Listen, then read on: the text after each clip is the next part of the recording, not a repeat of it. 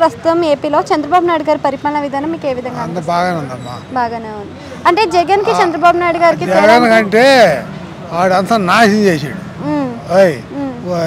జనాన్ని నాశనం చేశాడు, రాష్ట్రాన్ని నాశనం చేశాడు. అంటే ఆయన ఉన్నప్పుడు ఉచిత పథకాలు ఇచ్చి ప్రజలను ఇచ్చాడండి, అది కరెక్టే. అదే ఒకటి మన రైతులని వాళ్ళని పట్టించుకోవాలి. అప్పట్లో కూడా రైతు బంధులు కూడా వేసారు కదా. వేసాడు, అన్ని డబ్బుతోనేనమ్మా, పనులు మాత్రం చేయలేదు.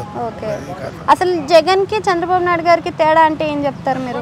ఈ అనుభవం గల్లాడు పనులు చేస్తాడు, ఆయన చేయలేకపోయాడు కదా. వాళ్ళు నాన్న చేశాడు పనులు, అంత మాత్రం ఈయన చేయలే, రవితనం చేశాడు. ఇప్పుడు రెడ్ బుక్ ఓపెన్ చేసినప్పటి నుంచి అందరు జైలుకి వెళ్తున్నారు కదా, మరి జగన్ కూడా మళ్ళీ ఒకసారి వెళ్ళే అవకాశం ఉందంటారా? ఏమో అంటున్నారు అమ్మ, మరి ఉండొచ్చు. మరి ఈసారి బయటకి వస్తాడంటారా? నమ్మకాలు తక్కువ ఈసారి. నమ్మకాలు తక్కువ అంటే పోయినసారి చూసుకుంటే మరి ఓట్లు బాగానే సంపాదించుకున్నారు జైల్లో ఉండి కూడా, ఇప్పుడు బయట అప్పుడు కొత్త కదమ్మా, ఒకసారి చూద్దాం అని వాళ్ళ అమ్మ వాళ్ళ చెల్లిలో అందరూ బస్సులు ఆడారు జనాన్ని, ఒకసారి చూశారు. ఈసారి 11 కూడా రాలేదు కాదు, 11 వచ్చాయి. మరి అంత ముఖ్యమంత్రి చేసినాడు 11 అంటే ఏంటి చెప్పండి? అంటే నాకు అపోజిషన్ ఇవ్వాలి అని అంటున్నాడు కదా, ఇప్పుడు రాదుగా, రాదు. హెయిరమ్మా జనం.